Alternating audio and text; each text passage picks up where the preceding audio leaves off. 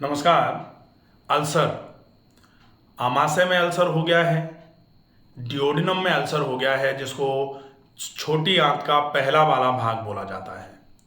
या फिर आपको अभी आपने एंडोस्कोपी कराई है और डॉक्टर कह रहे हैं कि अल्सर तो नहीं है लेकिन आमाशय में इरोजन आ गए हैं, जिसको इरोजिव गैस्ट्राइटिस बोला जाता है। इरोजिव गैस्ट्राइटिस बहुत सारे टाइप की होती है। एक तो फंडल गैस्ट्राइटिस होती है, एक पाइलोरिक गैस्ट्राइटिस होती है, एक एंट्रल गैस्ट्राइटिस होती है, एक डिफ्यूज इरोजिव गैस्ट्राइटिस होती है और एक पैन गैस्ट्राइटिस होती है।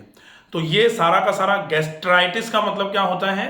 गैस्टर मतलब आमाशय, स्टमक, पर आइटिस, आइटिस मतलब इन्फ्लेमेशन, जिसमें सूजन, लालामी, दर्द, गर्मी और फंक्शन का कमजोर हो जाना, ये पांचों साइन जब आते हैं तब इस बीमारी को इन्फ्लेमेशन बोला जाता है। और ये बीमारी इन्फ्लेमेशन की जो है, जिस जगह पर होती है उस जगह के साथ में आइटिस डिनोट कर दिया जाता है। तो अब आपके गैस्टर में जब ये पांचों साइन आते हैं इन्फ्लेमेशन के, तब गैस्टर प्लस आइटिस गैस्ट्राइटिस बोला जाता है। और किस जगह पर है गैस्टर के ये इन्फ्लेमेशन, जैसे अगर ये एंट्रल पार्ट ऑफ गैस्टर पर है तो एंट्रल गैस्ट्राइटिस बोला जाता है। एंट्रम ऑफ स्टमक जो होता है ना, आमाशय का एक हिस्सा होता है, अगर फंडस ऑफ स्टमक पे है तो फंडल गैस्ट्राइटिस बोला जाता है। पैन गैस्ट्राइटिस का मतलब है पूरे के पूरे आमाशय में एकदम से इन्फ्लेमेशन हो गया है।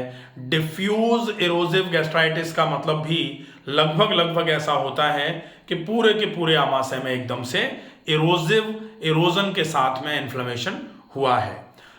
ये जब हो रहा है तो इसके साथ में अगर पेट ज़्यादा लंबे समय तक फूला रहता है तो कहीं एक जगह पर, इन्फ्लेमेशन वाली जगह पर थोड़ा सा घाव होता है, वहाँ एसिड लगातार जैसे कहीं छोटा सा घाव था, वहाँ अगर उस घाव का भरना सही समय से नहीं हो पाता है तो वो धीरे धीरे करके घाव बड़ा होना चालू हो जाता है। तो कहीं छोटा सा कट लगा था, कहीं छोटा सा इरोजन हुआ था, लेकिन उस जगह पर अगर एसिड लगता है और वो इरोजन एक सर्कमस्क्राइब्ड लीजन बना लेता है, एक बिल्कुल गोल आकार का एक घाव बना देता है, तब इसको सर्कमस्क्राइब्ड लीजन इन स्टमक और इन इंटेस्टाइन इज कॉल्ड अल्सर्स।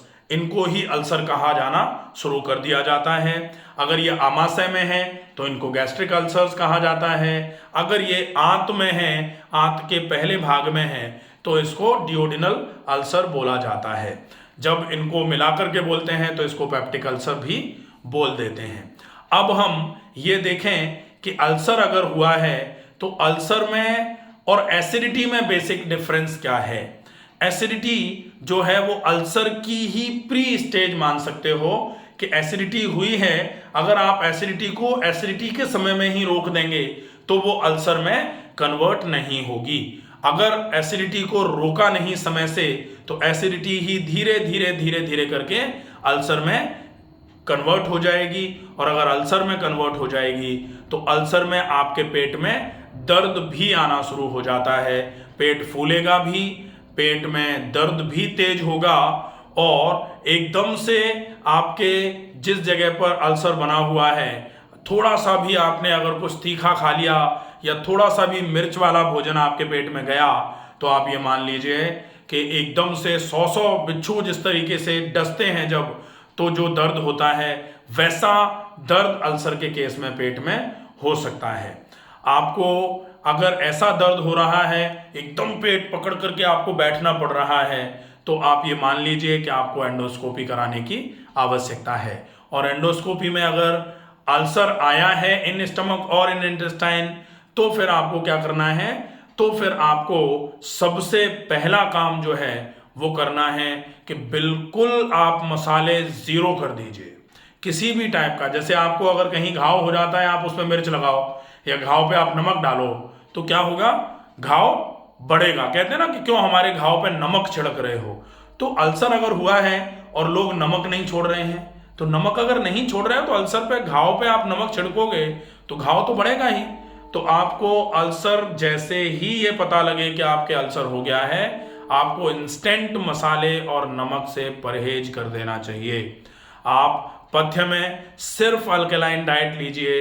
आप अगर संभव हो पाए तो सिर्फ छाछ का उपयोग कर लीजिए, इसको छाछ का कल्प भी कहा जाता है, या फिर उबली हुई सब्जी जिसमें आप लौकी, तोरई, टिंडा, गाजर, परवल, कद्दू ये खा सकते हैं।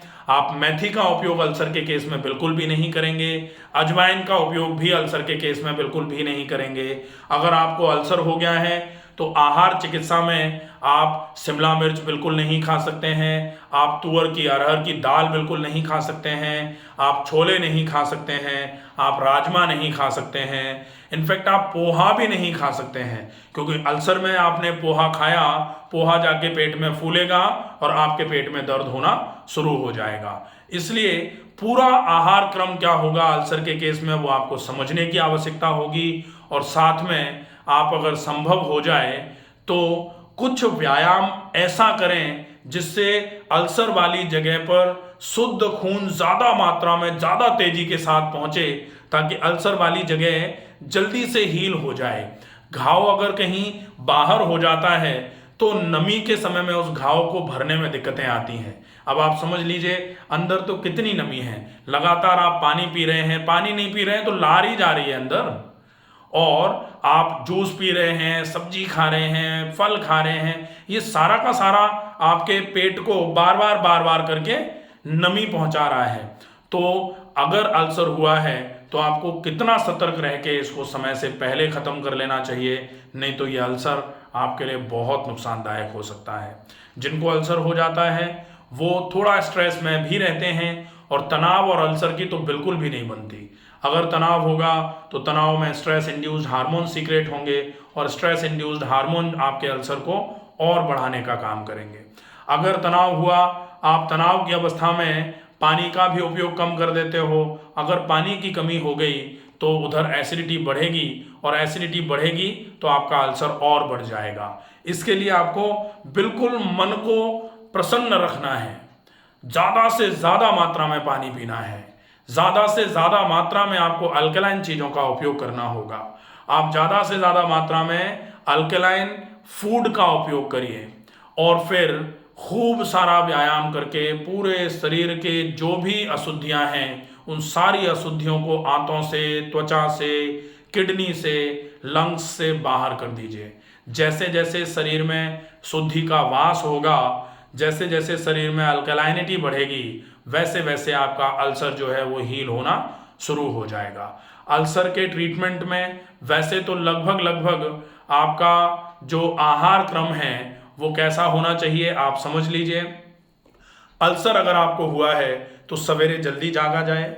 जल्दी जागते ही आप मटके का या कांच के बर्तन का बिल्कुल बिना गर्म किए हुए, आप गर्म पानी का उपयोग नहीं कर सकते हैं। अगर अल्सर के केस में आप सवेरे सवेरे गर्म पानी पी रहे हैं तो आप ये मान लीजिए कि आप सवेरे सवेरे ही अल्सर को बढ़ाने का काम कर दे रहे हैं। आपको कतई इस पानी का उपयोग नहीं करना है। तांबे के बर्तन का पानी भी आप अल्सर के केस में बिल्कुल नहीं ले सकते हैं। आप चांदी के बर्तन का पानी ले सकते हैं। चांदी का बर्तन जैसे मान लीजिए अगर नहीं व्यवस्था बैठती है तो आप कांच का जार या मिट्टी का जार ले लीजिए, उसमें आप 10-20 ग्राम चांदी का सिक्का डाल दीजिए, वो भी आपके लिए अल्कलाइनिटी क्रिएट कराने वाला पानी हो जाएगा। और उस पानी को आप सवेरे सवेरे 4 से 5 गिलास इकट्ठा पी लीजिए। पानी पी करके आप 5-7-10 मिनट रुकिए, उसके बाद फिर मोशन जाइए। मोशन जाके हाथ मुंह धो के मंजन करके उसके बाद आप ऑयल पुलिंग यहाँ भी ज़रूर करिए। ऑयल पुलिंग करने के बाद आप मुख प्रक्षालन, मुंह को ठंडे पानी से ही अच्छे तरीके से साफ कर लीजिए। नाक में गाय का घी डालिए, और उसके बाद अल्सर के केस में आपको 50 मिनट में 5.5 से 6 किलोमीटर चलने का प्रयास करना चाहिए। आपको दौड़ना नहीं है, ये ध्यान रखना है। अगर आप दौड़ेंगे तो अल्सर बढ़ेगा। आप चलिए तेज गति से, जितना तेज गति से चल सकते हैं उतना तेज गति से चलिए, वो आपके लिए बहुत इफेक्टिव रहेगा, बहुत फायदेमंद रहेगा। अगर संभव हो जाए तो आप चलते समय मुंह में आप या तो पानी भर लीजिए, मुंह में पानी भर, एक बॉटल छोटी सी अपने जेब में डाल के रख लीजिए, या फिर कहीं आप बीच में जहाँ चल रहे हैं वहाँ एक बॉटल रख लीजिए। एक पूरा चक्कर आप लगा के आओ, उसके पहले आपने एक घूंट पानी मुंह में भरा है, पूरा एक चक्कर लगा के आए, आप उस एक घूंट पानी को निगल लीजिए। या फिर बाहर थूक दीजिए। उसके बाद दूसरा घूंट पानी का भरा, फिर दूसरा चक्कर लगा के आ गए। फिर और अगर आप संभव है आपके लिए तो आप मुंह में पानी भर के ही पूरी 50 मिनट वॉक कर लीजिए। अगर एक बार में ऐसा लगता है आपको कि पानी को थूकना पड़ रहा है तो पानी थूक करके तुरंत दोबारा भरिए मुंह में और आप इसको करके देखिए। बहुत सारे लोग ये कह सकते हैं कि ये कौन सा चोचला आ गया नया, लेकिन आप इसको करके देखिए। आप जब चलते हैं तो चलने में 50% से ज़्यादा लोग मुंह से सांस भर रहे हैं, बोलते हुए चल रहे हैं, बात करते हुए चल रहे हैं, तो फिर चलने का कोई मतलब ही नहीं। How to walk by doctor Ramakant Sharma. टहल करके फायदा लेना वो टहलना अलग होता है और टहलना अलग है। तो टहल करके अगर आपको फायदा लेना है तो आपको कैसे टहलना चाहिए कि आपको फायदा मिले, उसके लिए how to walk by doctor Ramakant Sharma एक वीडियो है, आप उसको देखिए। आप उसको देख करके वैसे ही टहलिए, वो टहलना आपको निश्चित ही आराम करवाएगा। और टहलने के बाद फिर आप शीतकारी प्राणायाम करिए। शीतकारी प्राणायाम करने के बाद फिर आप दोबारा से डीप ब्रीदिंग का अभ्यास करिए। डीप ब्रीदिंग का अभ्यास करने के बाद आप फिर से शीतकारी प्राणायाम कर लीजिए। शीतकारी प्राणायाम करने के बाद भ्रामरी प्राणायाम करिए। भ्रामरी प्राणायाम जब हो जाए उसके बाद शवासन करते हुए आप विश्राम कर लीजिए। जैसे ही आप ये करके फ्री होते हैं उसके बाद आप कतीरा जो आता है ना, गोंद कतीरा, रात को भिगो के रखिए। आप व्यायाम के बाद गोंद कतीरा, उसमें मिश्री मिला करके 3 चम्मच के आसपास, आप आधी चम्मच भिगोगे 1 गिलास पानी में, कांच के गिलास में भिगोना पड़ेगा या चीनी मिट्टी के बर्तन में भिगो सकते हैं, वो खूब फूल जाता है। उसमें आप 1-1.5 चम्मच 2 चम्मच मिश्री का पाउडर मिलाओ और व्यायाम करने के बाद सवेरे सवेरे उसको खा लो। आप व्यायाम करने के पहले 1 गिलास सौंफ मिश्री का पानी ले सकते हैं। उसके बाद आपने गोंद कतीरा ले लिया। उसके बाद फिर आप अंजीर और मुनक्के ले सकते हैं। मुनक्के यहाँ रात को भिगो करके बीज निकाल करके भिगोना है, क्योंकि मुनक्के थोड़े गर्म होते हैं। अल्सर के केस में आप गर्म तो बोलने से भी बचें, आप उपयोग में तो ले ही नहीं सकते। आप इसको इस तरीके से समझ लीजिए, आप गर्म बोलें भी नहीं, क्योंकि आप गर्म जैसे ही बोलेंगे, गर्म का जो सेंसेशन है वो आपकी बॉडी में आएगा, वही आपको अल्सर को सही नहीं करने देगा। तो आप गर्म तासीर, जैसे आप काली मिर्च, लौंग, अजवाइन, मेथी, ये सारी चीज़ें, अदरक वदरक सब बंद कर दीजिए, क्योंकि अगर आप ये लेते रहोगे तो आपका अल्सर बढ़ता रहेगा, आपका अल्सर ठीक नहीं हो पाएगा। तो ये हो गया। इसके बाद में फिर आप व्यायाम आपने कर लिया, प्राणायाम आपने कर लिया। प्राणायाम के बाद फिर आप धीरे से आपने ये कतीरा और मिश्री ले लिया। उसके बाद फिर आप अपना नहाना वहाना कर लीजिए। उसके बाद नाश्ते में आप पहले खूब सारी सब्जियां डाल करके वेजिटेबल दलिया या वेजिटेबल खिचड़ी बनाइए, वो खा लीजिए। उसमें आप थोड़ी मात्रा में हींग डाल सकते हैं, थोड़ी मात्रा में आप सौंफ डाल सकते हैं, जीरा अच्छी मात्रा में आप डाल सकते हैं, और खुले में पका करके आप खिचड़ी और दलिया बनाइए। और वो पका हुआ दलिया और खिचड़ी आप अच्छे तरीके से एक बाउल ले लीजिए नाश्ते में। उसके बाद फिर खाने के 1 घंटे पहले आप कोई भी एक फल ले लीजिए। पपीता खाने से बचिए, अल्सर के केस में पपीता सामान्य तौर पर नुकसान कर सकता है। तो इसके अलावा आपको जो भी खट्टे फल हैं वो भी छोड़ने पड़ेंगे।